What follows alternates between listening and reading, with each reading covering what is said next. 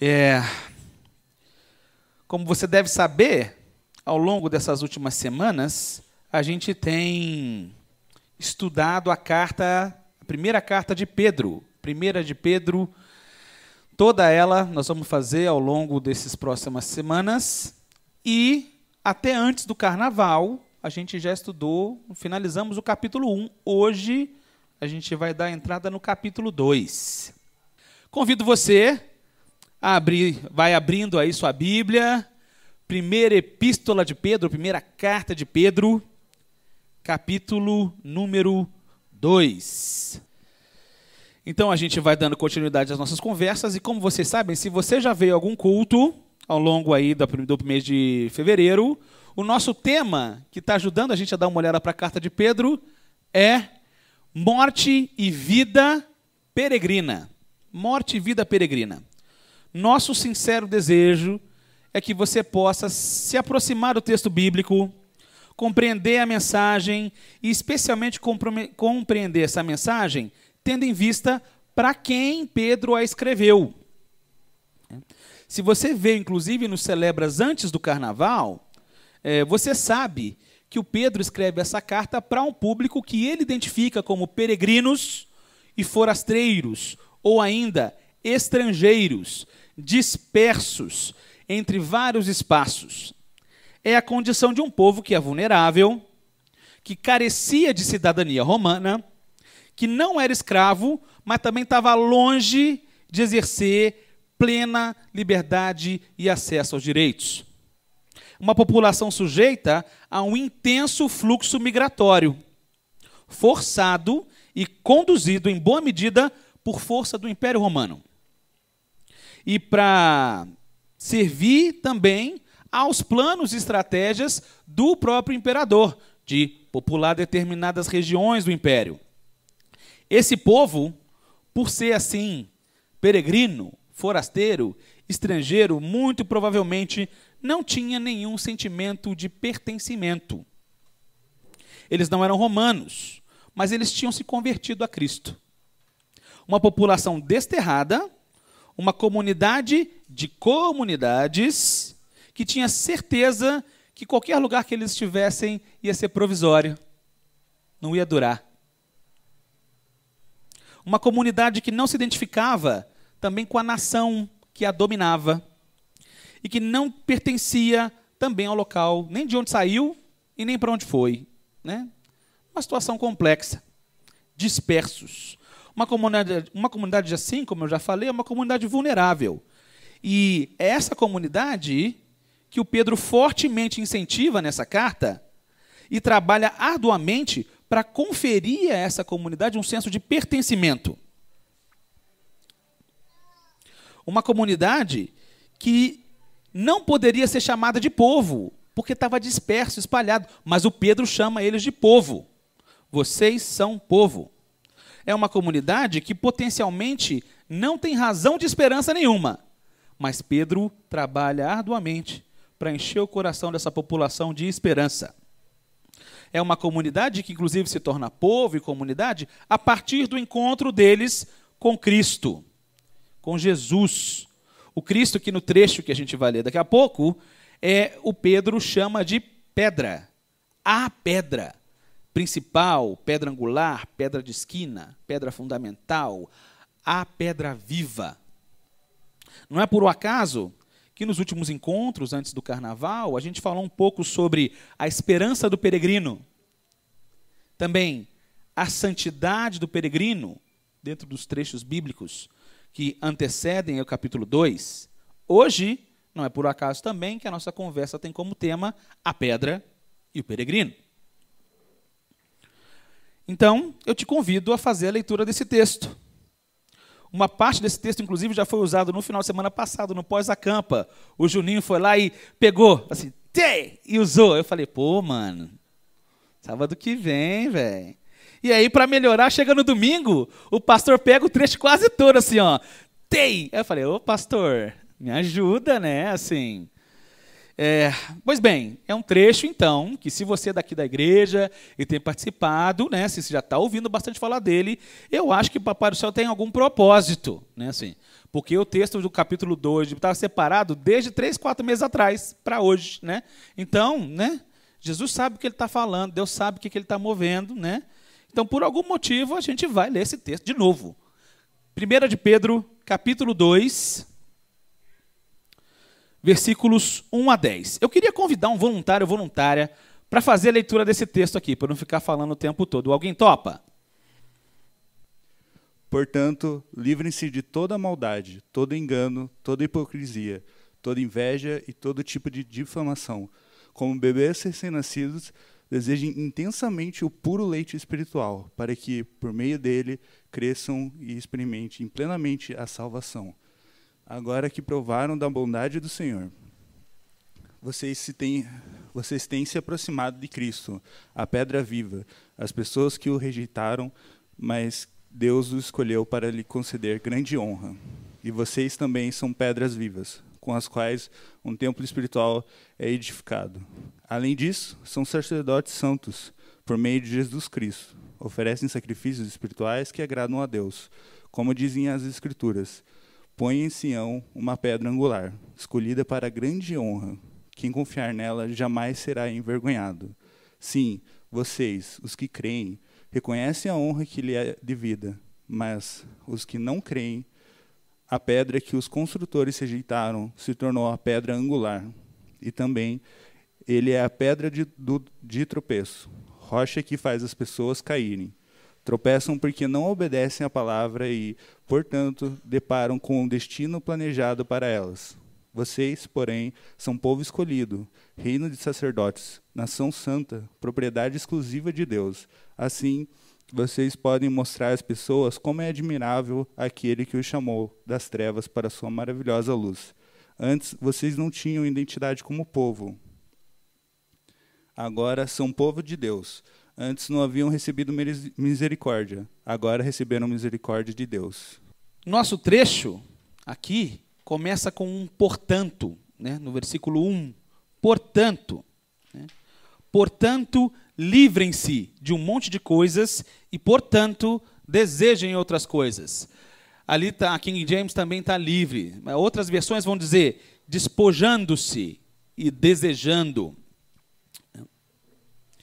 Você sabe que toda vez que aparece o portanto num texto, né, você sabe e espera que o autor está finalizando uma ideia, concluindo uma lógica.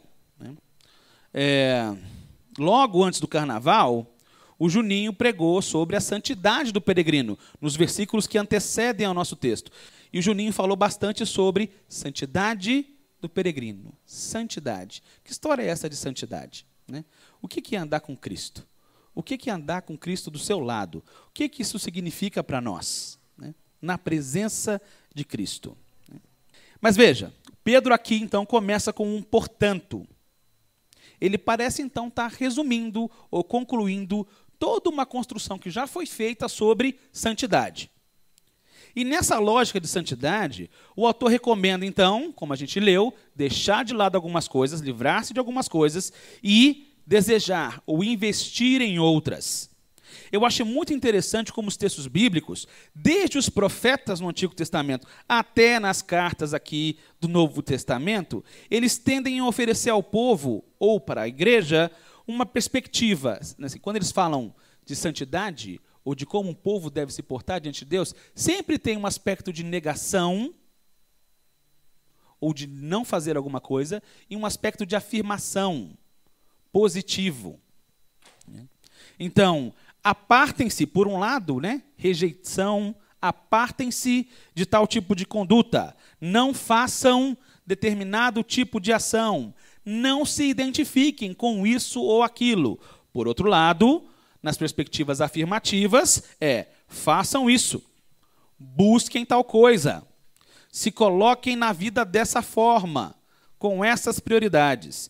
Eu acho interessante essa perspectiva, né, que junta um aspecto de negação e um aspecto de afirmação. E o que isso tem a ver com santidade? Né?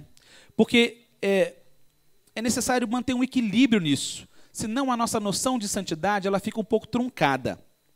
Se eu foco apenas nos imperativos de negação, do tipo não faça, não haja de determinada forma, não seja de tal jeito, eu posso entrar numa perspectiva de uma fé totalmente e absolutamente legalista. Uma religiosidade baseada em regra. Não faça, não seja, não pode. Coisa de quem fica achando, inclusive, que às vezes é melhor do que o outro, porque deixa de fazer. Porque se eu foco no não, quando eu não faço, eu estou mais santo. Então, se eu não faço, estou mais santo. Então, Jesus atacou duramente boa parte dos religiosos da sua época, justamente porque eles tinham essa perspectiva religiosa absolutamente legalista. Farisaicos, seus hipócritas, Jesus dizia. E coisas piores.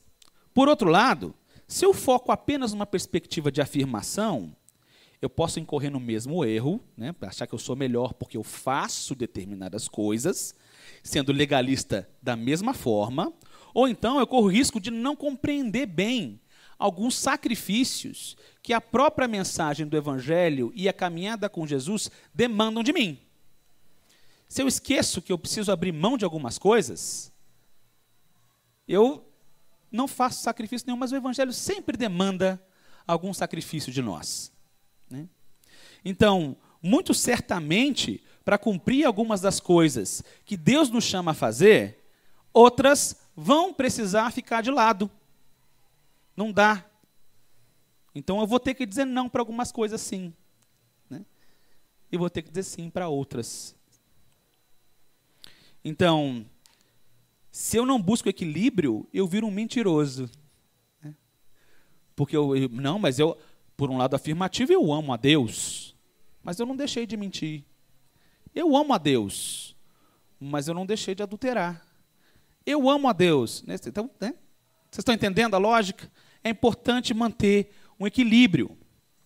Então, por um lado, Pedro está escrevendo aqui, pedindo para que a gente se livre de determinadas coisas. Por outro lado, atenção, foco, assim, não escutem a música lá fora, prestem atenção aqui. Por um lado, Pedro pede para a gente se livrar de algumas coisas. Por outro, ele está incentivando a gente a fazer outras. Em algumas versões, quando ele fala para se livrar, está escrito despojar, que significa deixar de vestir, tirar essa roupa, ou tirar essa fantasia. Livrem-se, ou deixem de vestir esse tipo de coisa.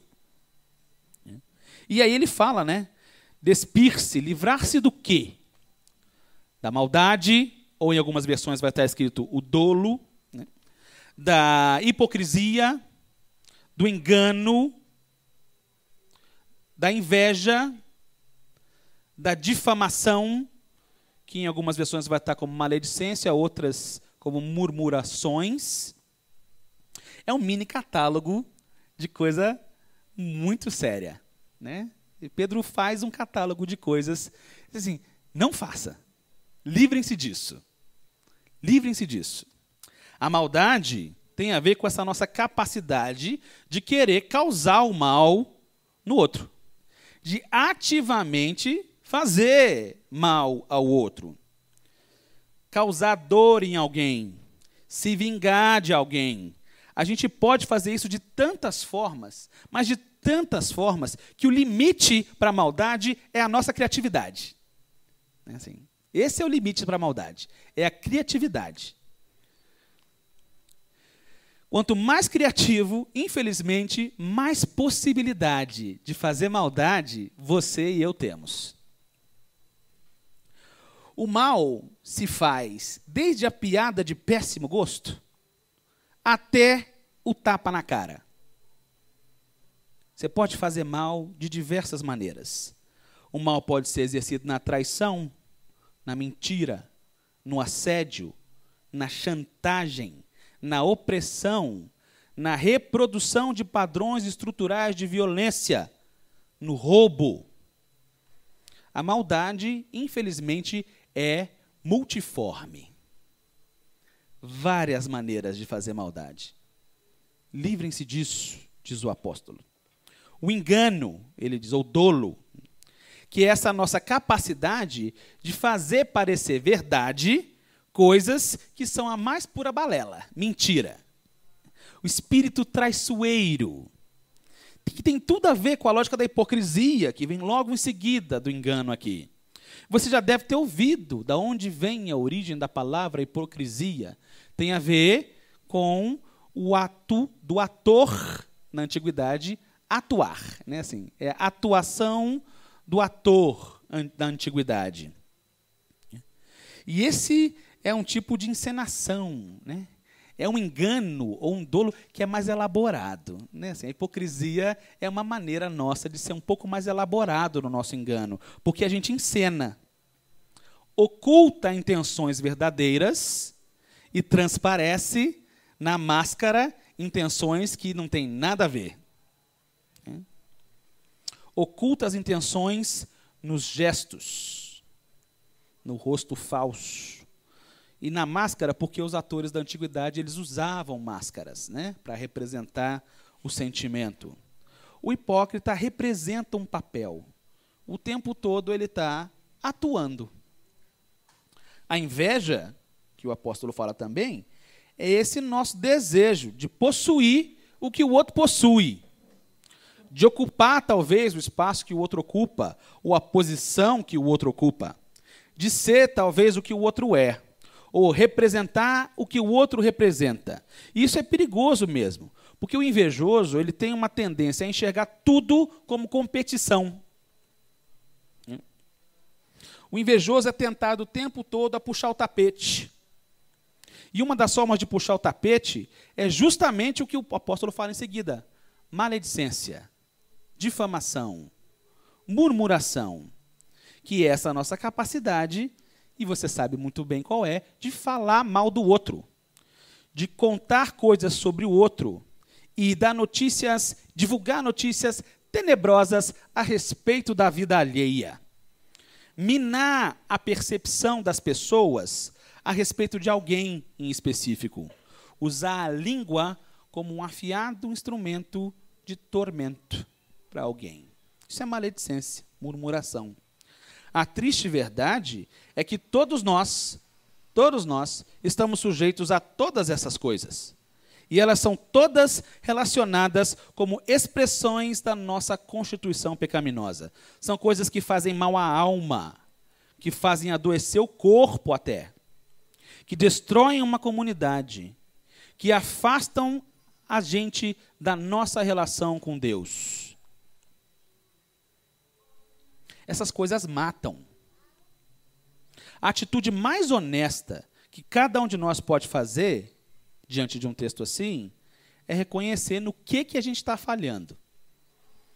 Ou de qual dessas coisas a gente tem mais dificuldade de se despir. Qual delas? Qual delas eu uso como uma peça de roupa que eu não quero me desfazer nunca? Porque essa roupa ela engessa, ela atrofia, ela impede de crescer. O que faz crescer, ao contrário disso, é o que aparece aqui no versículo 2. O que está traduzido para nós como leite espiritual. Eu acho que a King James também chama de leite espiritual no versículo 2. Se alguém puder só botar no 2 ali, ó. Eu acho que a King James também chama de leite espiritual. Né? Que é a versão que está ali. Mas esse tal desse leite espiritual é o que, em contraposição às coisas colocadas anteriormente, deve ser intensamente desejado, ardentemente desejado. Puro leite espiritual, desejai, ardentemente desejado. E aqui está como leite espiritual, na minha versão também. Alguém tem alguma versão diferente do leite espiritual aí? Alguma outra palavra que aparece?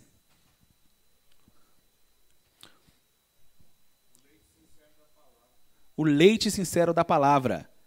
Essa é King James. Aqui está ali a qual? NVT. Ah, obrigado, você botou na NVT. Ah, ele vai... É sorteio, assim, cada hora uma versão. Ah, entendi. Pode deixar, olha só. Então, vamos só não a King James atualizada, a King James antiga. Tem aí? Porque na antiga tem o leite da palavra. Na NVT, NVI e tal, tá como leite espiritual. Na revista aí corrigida, ou revista atualizada, tá leite racional. Interessante, né? As traduções, elas variam um pouco, as versões, elas variam um pouco. Mas o que é interessante aqui, que pode ter traduções diferentes, mas isso ocorre porque lá no original, o texto usa uma expressão, né? Galalógicos. Galalógicos. Gala, de leite, e quem é brasileiro vai se lembrar do Galac. Não é coincidência. Não é coincidência. Eu tive uma epifania quando eu li isso. Meu Deus, era isso o tempo todo, era leite. Nem sei se vai tanto leite no chocolate branco, mas enfim, era leite. Lógicos, galalógicos. Gala está fácil, o problema está no lógicos, porque leite ninguém discute. Agora, o problema é o que é esse lógicos? Lógicos é a palavra que depois no português virou lógica. Lógica. Segundo os comentaristas, esse termo pode significar a razão que guia o universo, ou mente e razão, ou ainda derivação da palavra logos. E logos quer dizer palavra. Então perceba, né? O que as traduções estão fazendo, né? Razão que guia o universo, uma perspectiva transcendente, leite espiritual. Se é mente e razão, a revista aí atualizada vai traduzir como leite racional. Se é o entendimento de que algo que vem da palavra, né, que é o leite da palavra, aí a King James traduz como leite da palavra. Né, assim, então, são 3 possibilidades. Mas então, todos eles, né, assim, os comentaristas, eles estão super conversando sobre, né, o que traduz. Mas todos eles concordam que seja espiritual, racional ou da palavra, esse leite se refere à própria palavra de Deus. Né? Como assim? Porque se a gente voltar um pouquinho, o último versículo do capítulo 1, o final do versículo 25 diz assim: essa palavra é a mensagem das boas novas que lhes foi anunciada. Portanto, livrem-se de algumas coisas e desejem ardentemente o leite dessa palavra. A palavra é a mensagem das boas novas que lhes foi anunciada. Independente da tradução, os comentaristas concordam, então, que esse negócio aqui se refere à palavra de Deus. Então, Pedro parece apontar para essa nossa necessidade da gente se nutrir, tal qual o bebê recém-nascido, desse alimento que é a própria palavra. Essa palavra que é a anunciação do Evangelho. Algo que precisa ser consumido puro, diz o texto. Isso é, sem falsidade, sem contaminação, sem adulteração. Nada de beber leite falso. O que o Pedro diz é que, mediante essa dieta, com esse tipo de leite da palavra, sem falsificação, é a partir disso que há crescimento. Essa palavra, o Evangelho, contribui, então, para a manutenção de uma santa e sadia relação com o nosso Senhor. Crescer nela, na palavra, faz, inclusive, segundo o que o autor nos diz, que a gente experimente a plenitude da salvação. Plena salvação. Coisa fina. Coisa fina. O Pedro arremata esse trecho no versículo 3, né? Agora que vocês provaram a bondade do Senhor. Então, assim, desejem essas coisas agora que vocês provaram da bondade do Senhor. Em algumas versões, se é que vocês provaram da bondade do Senhor. Claro, falar de santidade, experimentar uma conduta específica, pautada na palavra, só vai fazer sentido mesmo depois de uma experiência real com o Senhor. Às vezes a gente quer que as pessoas fiquem se pautando pelo modelo de santidade bíblica, mas elas não tiveram nenhuma relação com o Senhor. Não vai fazer o menor sentido. Só faz sentido depois de uma experiência com Deus. Então, como é que você avalia a sua caminhada com o Senhor? Como tem sido a sua relação com a palavra dele? O Juninho falou bastante sobre essa questão da gente não viver de religiosidade. Ele tem insistido com a gente nessa perspectiva. Sai da religiosidade e vai ter uma relação real com o Senhor. Porque a religiosidade pode ser algo simplesmente externo, que não tem a ver com a nossa relação com Deus e que a gente usa só para ficar bem na fita. E isso é uma fé defraudadora, enganadora, hipócrita, maledicente, inclusive. Veja, Pedro escreve, inclusive, a uma população que é vulnerável, na certeza de que uma população vulnerável, mesmo vulnerável como é, tem condições de realizar tudo isso, seja na maldade, seja na perspectiva de se nutrir do puro leite espiritual. Se uma população vulnerável pode fazer tudo isso, imagina uma população privilegiada, né? Que tem mais condições ainda de exercer maldade. Ou que tem um acesso, talvez privilegiado, às Escrituras, que uma população vulnerável talvez não tenha. Né? Eu acho muito interessante, então, falar sobre santidade, e eu me lembro de uma figura que um pastor, uma vez, me ensinou sobre santidade. Ele falava assim, olha, esse negócio de santidade, né? A gente pensa em santidade de maneiras muitas vezes abstratas, né? Assim, santidade. Ele falou assim, santidade é simples. Santidade é preservação da vida. Santidade, porque tem a ver com essa nossa luta contra o pecado, se livrar do pecado, se despir dessas coisas. Pecado é o que gera morte. Né? Pecado na Bíblia gera morte. Santidade tem a ver com a preservação da vida. E ele tem uma figura que eu acho linda, que é a figura do médico, que vai para o centro cirúrgico fazer a operação no paciente. Né? Quando o médico lava a mão, ele está limpando algumas coisas que é para quê? Que é para preservar a vida do outro. Né? E aí, quando ele entra na sala de costas, que é para não encostar em nada. Né? Preservando a vida. Preservando a vida. Então, essas coisas todas, seja livrar-se da maldade, e o pecado, e etc. E nutrir-se, desejar ardentemente a palavra, tem a ver com preservação da vida. Então, me desculpa se a gente demorou um pouco aqui, mas é que essa história de santidade é muito importante, porque logo mais o Pedro vai seguir e retomar a questão da obediência à palavra ou não. Ele fala disso mais para frente no nosso trecho. E aí essa noção de santidade adquire um caráter identitário para o próprio povo. Santidade como identidade do povo. Pois bem, o nosso autor passa, então, no versículo 4 em diante, a um trecho que é lindo, repleto de metáforas e adjetivos que são escritos com a finalidade de demonstrar para esses peregrinos, forasteiros, estrangeiros, qual que é a relação deles, enquanto coletivo, diante de Jesus. É claro, você deve ter percebido que a ilustração da pedra, que dá título ao tema da nossa mensagem hoje, é a metáfora que acaba sendo um pouco mais explorada pelo Pedro. O Paulo, é interessante, porque nas suas cartas o Paulo usa uma metáfora orgânica. Né? A igreja é o corpo, Jesus é a cabeça do corpo. Né? Ou a metáfora do casamento. Jesus é o noivo, a igreja é a noiva. O Pedro usa a metáfora da pedra, da construção, da edificação, ou do tropeço. E acho interessante porque, né, qual é o nome do nosso autor? Né? É Pedro. E ele foi rebatizado com esse nome pelo próprio Jesus, fazendo uma alusão justamente à palavra pedra. Jesus faz isso numa cena narrada lá em Mateus 16. Ele pergunta para os discípulos, quem as pessoas dizem que o Filho do Homem é? Quem que eles estão falando aí que eu, Jesus, sou? Aí os discípulos respondem, uns dizem que é João Batista, outros dizem que é Elias, outros dizem que é Jeremias.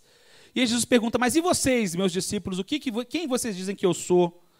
E aí o Simão, ainda não era chamado Pedro, Simão, ele responde, o Senhor é o Cristo, o Filho do Deus vivo. Que pérola! Que coisa, assim, o negócio foi tão bem, Pedro acho que nunca tinha sido tão bem sucedido na vida dele, porque Jesus fala, você acertou tanto, que isso foi revelação do Espírito, meu amado, olha, só pode ter sido revelação do Espírito Santo mesmo, Jesus continuou, e digo mais, daqui para frente, Simão, seu nome vai ser Pedro, porque sobre essa pedra, a minha igreja vai ser edificada, né? Alguns entenderam, a partir dessa história de Pedro, que a igreja seria edificada sobre o apostolado do Pedro, né? Mas o Pedro deixa muito claro aqui na própria carta dele que a edificação da igreja é sobre Cristo, a pedra viva, a pedra angular, né? Pedro tinha ciência de quem era a pedra ou aquilo que seria o fator central na construção. É como diz aquela canção que a gente já cantou várias vezes aqui nos jovens, né? Que tem a ver com o texto bíblico. Tu és o Cristo, Filho do Deus vivo, sobre esta rocha tua igreja está. Tu és o Cristo, Filho do Deus vivo, rocha inabalável, outro igual não há. Pedro está dizendo que os peregrinos têm se aproximado de Cristo e tem gente que rejeita Cristo. É interessante porque isso tem aparecido aqui, né? Quem tem prova da bondade do Senhor e quem não tem prova da bondade do Senhor. Quem se aproxima de Cristo, quem rejeita Cristo. Pedro diz que Deus tem para Cristo um lugar de grande honra. Pedro chama então Cristo de a pedra viva. E diz logo em seguida que os peregrinos também são pedras vivas. Aqueles que têm se aproximado da pedra viva também são pedras vivas, e essas pedras vivas também são, versículo 5, sacerdócio santo. Né? Sacerdotes santos. Essa afirmação é bastante ousada, né? Assim, bastante ousada. E não é só isso, porque lá no versículo 9, um versículo conhecido, né? Ele também diz que os peregrinos são um povo escolhido, nação santa, povo de propriedade exclusiva de Deus. Repete lá a história do sacerdócio santo também. Pedro chama esses forasteiros, dispersos, estrangeiros, de tudo isso. É uma afirmação ousada. Pensa, desterrados são promovidos a sacerdotes santos. Peregrinos são nação santa. De forasteiros são promovidos a povo de propriedade exclusiva de Deus. De não cidadãos são promovidos a povo escolhido de Deus. Essa população fraca e vulnerável é identificada com aquilo que Jesus Cristo é. São afirmações ousadas, e são ousadas porque elas aparentemente põem para a gente um contrassenso.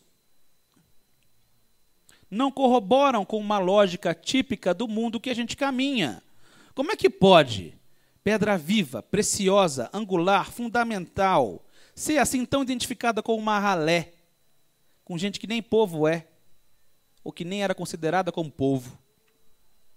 Vocês que creem, que se aproximam de Cristo, que reconhecem a honra dele, que provam a bondade de Deus, vocês são, a igreja é, nós somos. Pedro constrói essa lógica, inclusive, com um lastro lá no Antigo Testamento, né? Porque ele está recuperando aqui, citando trechos do Antigo Testamento. No versículo 5, ele cita Isaías 28, e no versículo 8, ele cita um salmo.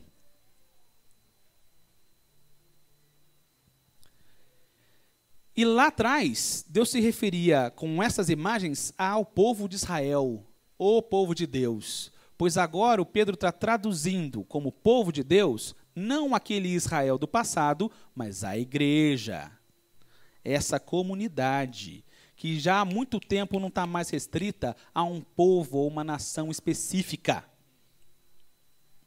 Somos edifício com Cristo, é a metáfora da pedra. Interessante como Pedro usa essa lógica da construção.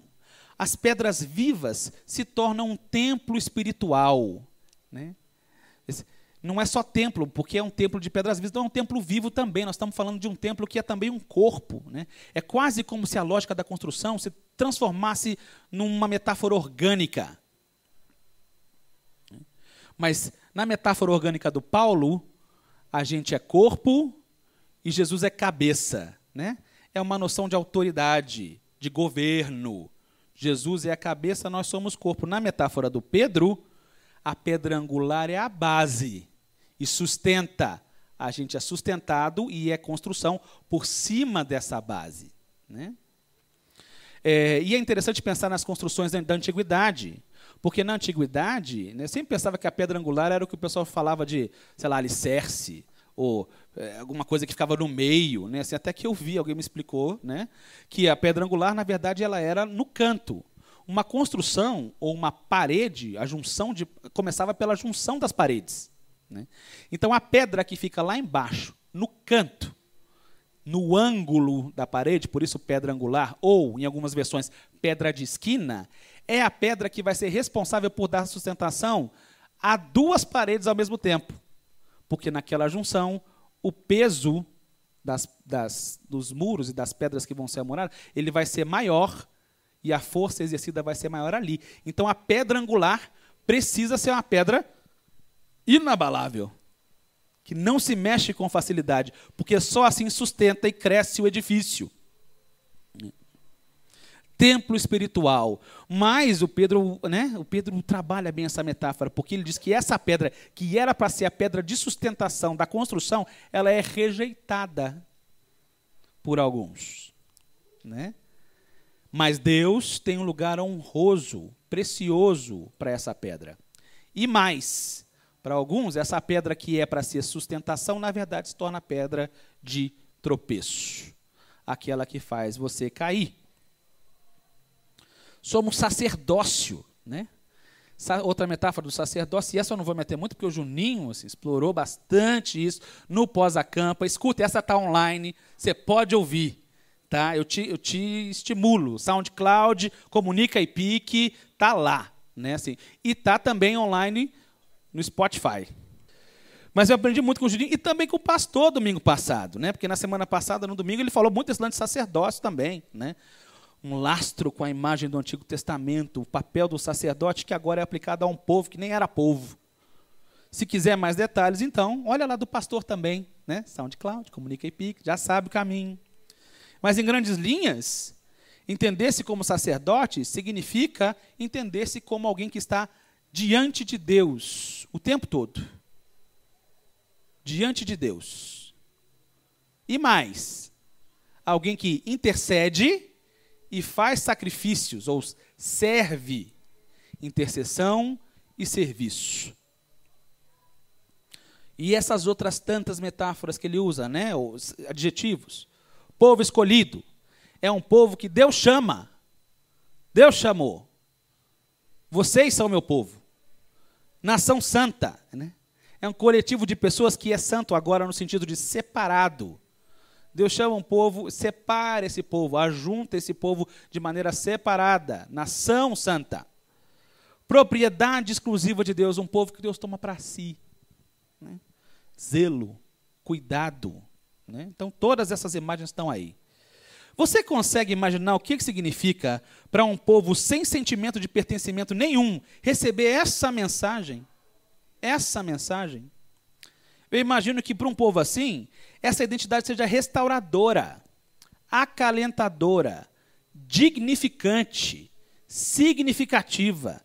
E não é por acaso que ele vai lá no versículo 10, ele cita um profeta, Oséias. Vocês não eram povo, agora vocês são povo de Deus. Vocês não tinham recebido misericórdia, agora vocês recebem misericórdia da parte de Deus. Exatamente essa identidade da igreja, em tese, ser igreja é ser tudo isso aqui. É muito triste quando essa nossa noção identitária, às vezes, sobe para a cabeça, né? Que se eu sou nação santa, povo de Deus, propriedade exclusiva, reino de sacerdotes, né? Assim, ninguém me para. Ninguém me para. Há que se tomar cuidado. Porque, infelizmente, é possível que a gente use essa identidade de maneira altiva. Né?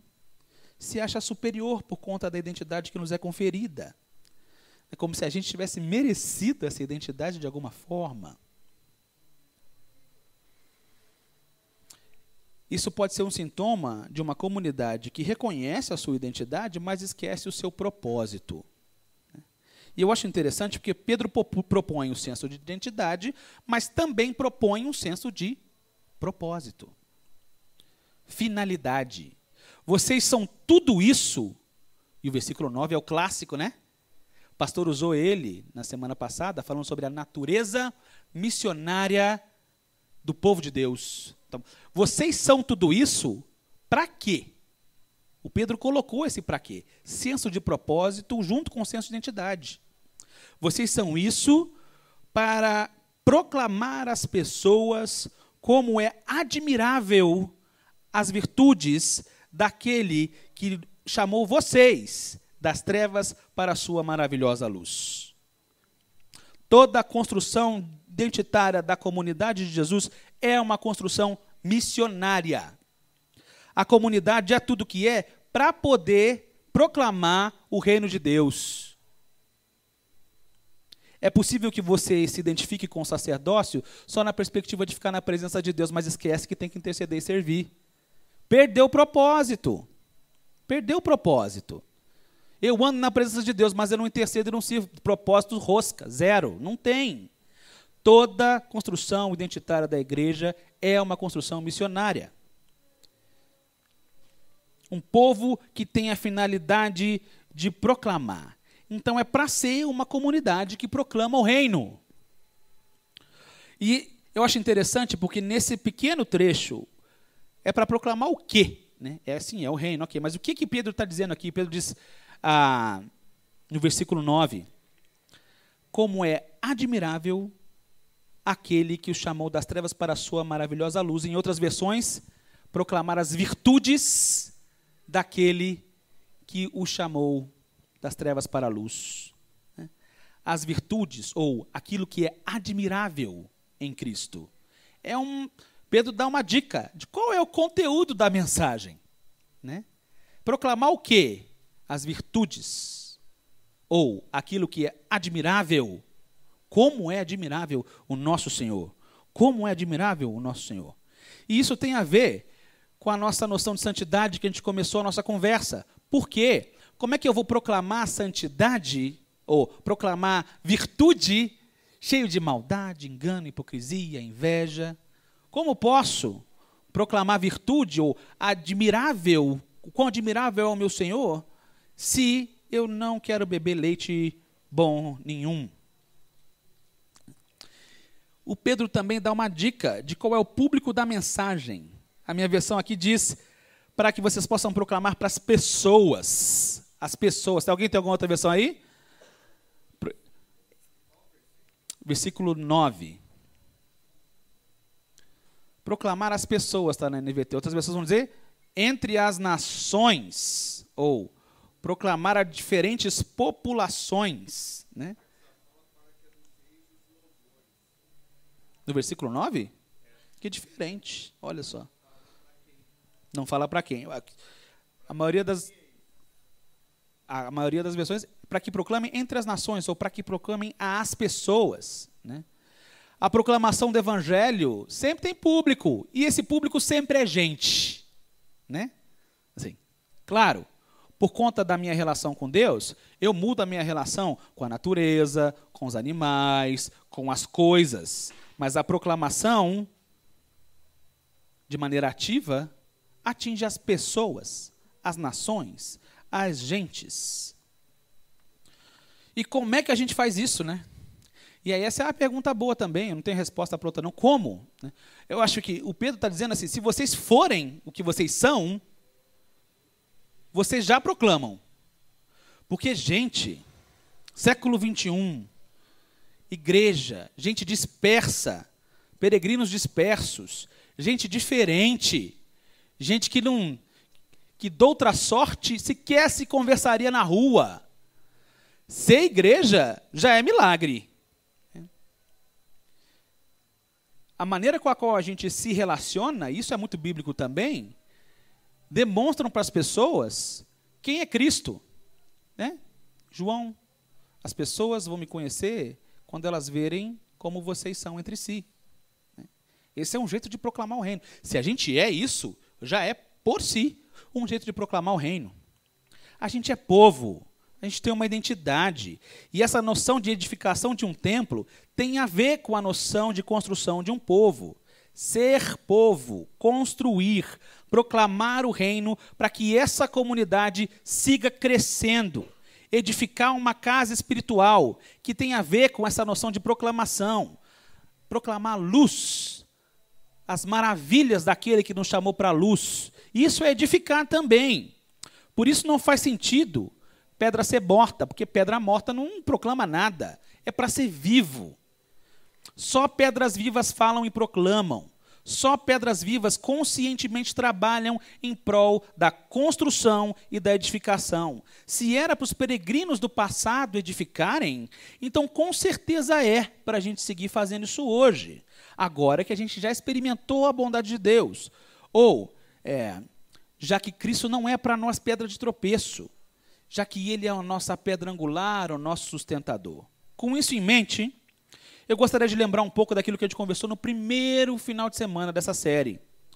Em meio a sofrimento e esperança. Em meio ao sofrimento, esperança. Em meio às fraquezas e vulnerabilidades, surge uma perspectiva missiológica. Explicar a razão da nossa fé, viver o que Cristo viveu. Aparentemente, essa é uma lógica de missão a ser demonstrada sempre e, inclusive, em meio às nossas dificuldades e às nossas fraquezas. Um ex-secretário-geral da BU, uma vez num congresso, que estudou a carta de 1 Pedro em 2006, ele diz, na abertura do congresso, pobres, frágeis, dispersos, que recebem herança preciosa de vida, que são então chamados a serem promotores dessa vida. Lembra a santidade e preservação da vida? Mais do que isso, promotores dessa vida, anunciando o que Deus fez e faz na história e vivendo de tal maneira no mundo que a glória é trazida ao nome do próprio Deus. Templos espirituais, pobres e frágeis, trazendo vida. Que impacto que podem ter em um mundo tão complexo, com tantas necessidades? A gente é fraco. Somos fracos. Creio que a gente precisa desenvolver e apurar melhor as nossas teologias da fraqueza e do poder. Como é que podemos fazer missão na fraqueza humana e no poder de Deus? Ou no poder do Espírito?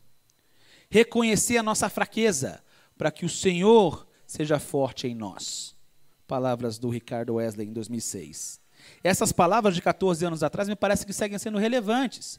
Eu creio que a gente tem testemunhado o testemunho de uma igreja que às vezes não reconhece a sua condição como peregrina e que talvez seja muito mais aproximada aos colonizadores romanos do que aos forasteiros residentes em terra estranha. Aspirações políticas, estratégias de domínio, discursos de ódio, discursos beligerantes. Acho que a gente desconhece o que é realmente experimentar a vulnerabilidade por causa do Evangelho. Em situações mais complexas, talvez, uma perseguição reconhecida, a gente se atentasse mais para a nossa condição e se reconhecesse como pedra viva que depende da sustentação da pedra angular. Me permitam ecoar aqui um pouco do que o pastor Matias falou no último domingo. Se somos dezenas de milhões de evangélicos nesse país, era ou não era para ser diferente? Era ou não era para ser diferente? Não existe, acho muito engraçado o jeito que o pastor Matias fala as coisas, né? Ele também usa muitas metáforas, eu acho bacana. Não existe agente secreto no reino de Deus. Ou o discipulado acaba com o segredo do crente, ou o segredo do crente detona o discipulado. Não dá para ter agente secreto. Se você é discípulo, você não tem segredo. As pessoas, você vai proclamar. Ou detona o teu discipulado. A luz deve ser vista e deve ser colocada em lugares altos, o pastor falou no último domingo. A gente tem que tomar cuidado quando alguém diz que crente não deve entrar na política, porque o poder corrompe, etc, etc. Porque é para crente se envolver com política, sim.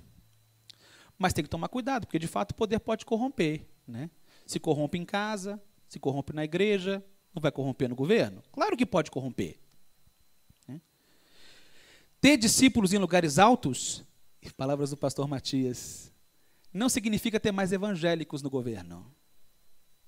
Significa ter mais discípulos de Jesus.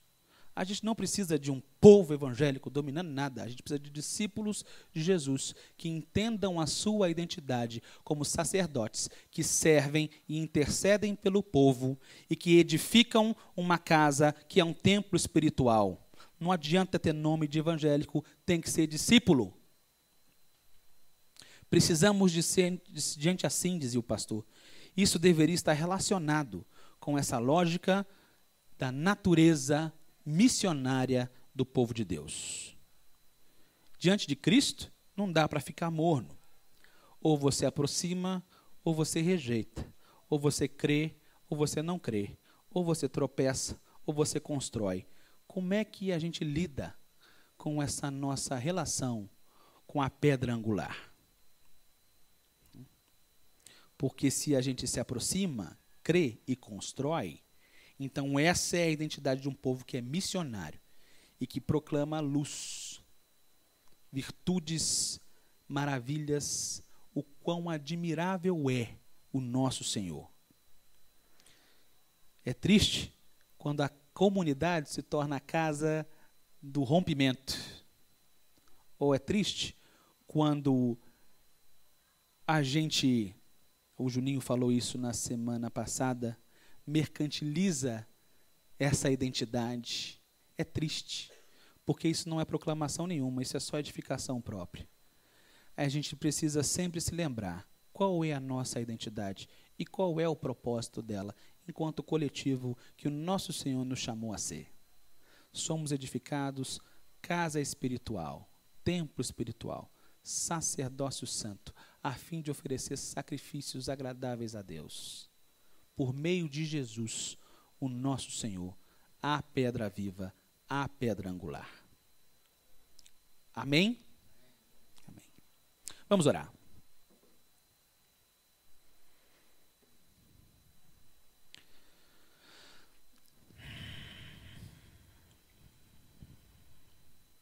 Senhor, nos ajuda.